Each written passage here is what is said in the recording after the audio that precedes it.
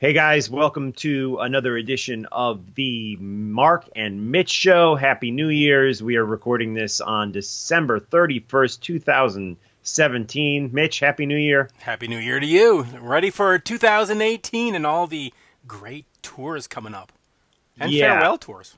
yeah, we'll be back with lots more to talk about in 2018, but we kind of just wanted to wrap up this year talking about festivals. Right. Victor Ruiz, who does some writing for TalkingRock.net, recently wrote an article which I encourage everyone to check out called "Can Festivals Carry On?"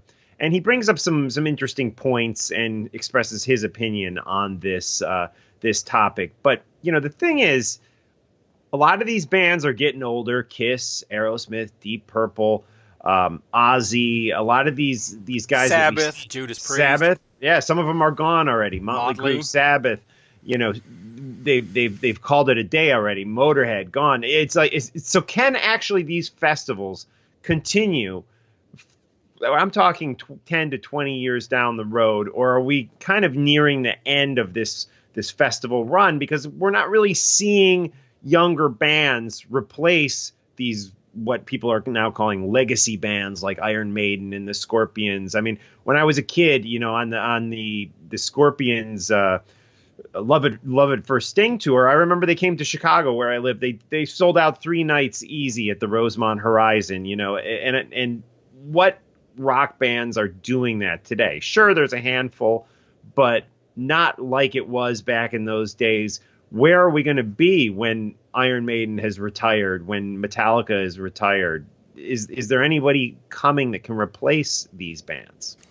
I don't know if there's anybody coming. I think what we're I'm almost talking going on the to... festival circuit. Yeah, and I'm looking at even the arena circuit. You look at some of the up-and-coming bands, your Black Veil Brides or Asking Alexandria and all that. They're playing 2,000 seaters, 2,500 seaters. There's not a lot of arena shows. The Bell Center in Montreal is losing a lot of these hard rock bands. Now, the rap and the hip-hop and the pop stars, that's a different story. But we're slowly losing that ability to sell out arenas. So not only I think our festival is going to be in trouble, I think arena shows are going to be in trouble. We're going to be seeing a lot more rock bands in clubs and theaters. Now, the good thing about festivals, though, is that if you pick and choose the proper 30 bands or 40 bands, you could still somewhat make it exciting without that major headliner, without that Guns N' Roses, without that Metallica, without that Kiss and stuff.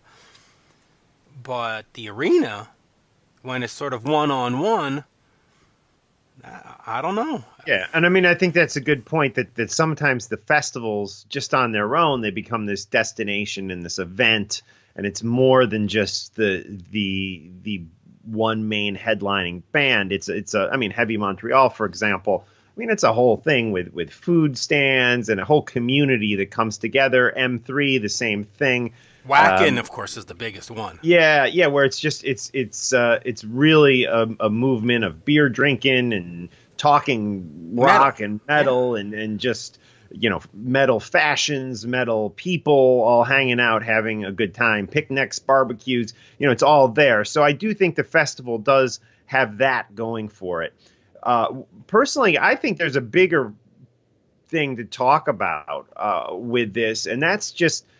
Back in the day, like a band like Badlands, I was just talking to Eric Singer, and he mentioned, when Badlands went out in their first tour, we had over $200,000 tour support, and there was a big promotion budget behind it. I mean, you look at these bands like Black Veil Brides, and there's a band called Crash Diet, which I think is great, and I think they don't have that business muscle behind them like these bands used to back in the day.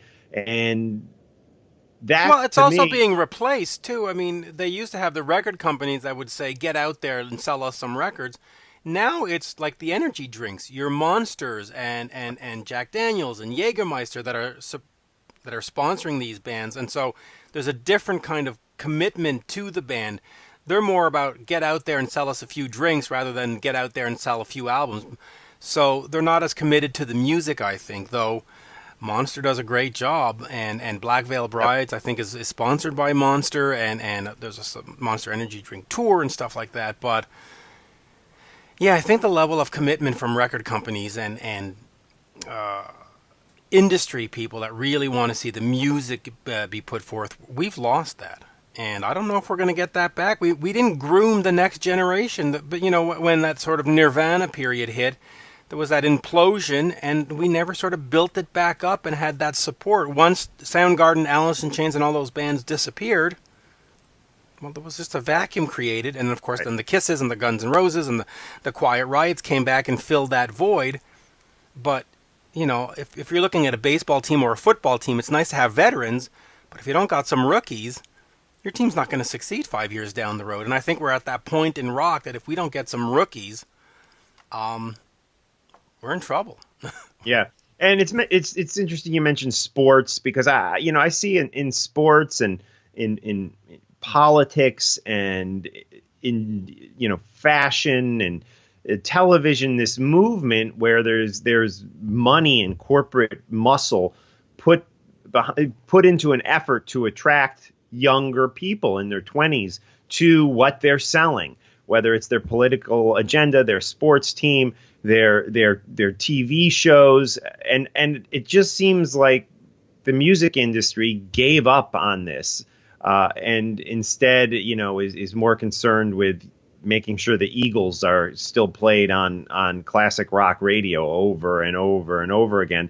And I don't know, it just seems like a mistake. And to me, I believe that we could have prevented this. And when I say we, I mean somebody somewhere or, right. But I mean, music suffered some things that the other industries didn't, and they suffered oversaturation with Spotify and iTunes and Deezer and Stitcher and YouTube. You could go find your music everywhere, whereas if you want to see the New York Giants, there's really only one place to see the New York Giants. You can't go to YouTube and find 18,000 different New York Giants. So music, unfortunately, befell its own success. People wanted more, and so we created more platforms, and now it's become so much water in the wine that we only have a glass of water left. We don't have any wine left. So I don't know. Boy, it's tough. I guess at some point it'll all come together, or just the business model of festivals will have to change. Will have to be sort of more new bread, alternative. Right. Maybe it's just the day of the headliner is gone. Is there a band out there that can get 50,000 people by themselves? Probably not. I mean, not once Guns N' Roses and Metallica and AC/DC call it a day for real. Yeah. The end of days are coming. Yeah. Well, I definitely hope the festivals can continue on for the next generation, because I think they're such a special event, and I really, truly love hitting these festivals. I mean, I do too. But I think we've also gotten to a point where there's just too many festivals. Yeah. Well, that's a whole nother topic. Yeah. I do think. In Canada, we have Heavy Montreal, which, by the way, I encourage everybody to go to this year. If you're a hard rock fan, this year's festival in July is going to be great. There's Rockfest. That's about it for Canada. In the States, though, you've got one popping up every weekend. Right. And they just don't have the infrastructure. I mean, I've been to a couple with you, and you're in a barn. Right. Or you're in some cow field, and it's just like, oh, this is not a festival. It's a fucking shitstorm. Yeah. So anyway, we'll see. There's hope, but let's get some new bands out there. And so I'm going to recommend a couple of new bands. Oh yeah, please. The Biters, out of Atlanta, great new band. I'm thinking of one. Imperial State Electric out of Sweden, which is definitely worth checking out. So there's hope for the future. Let's bring these bands out. Good. I like your attitude. Yeah, okay. Cool. On that note, we're going to wrap it up for 2017, guys. Again, Happy New Year, and we'll see you next year. Actually, this will be probably posted the first day or two of 2018. So here we are. Welcome to 2018. Yeah, exactly. Cheap exactly. Got to be old Cheap school. Trick. Oh, nice. Yeah, I like that sweater, by the way. Nice stuff. Anyways, Mitch, take care, and we will definitely check you out next time, and we'll check your podcast out. Yeah. Rock Talk. And, with Mitch Lafon. Rock Talk with Mitch Lafon, of course, Talking Metal with Mark Striegel. And TalkingRock.net. And TalkingRock.net is just about there. couple minor tweaks left, but it is up and running. So please check that out. TalkingRock.net. Yes. Thanks, guys. Cheers.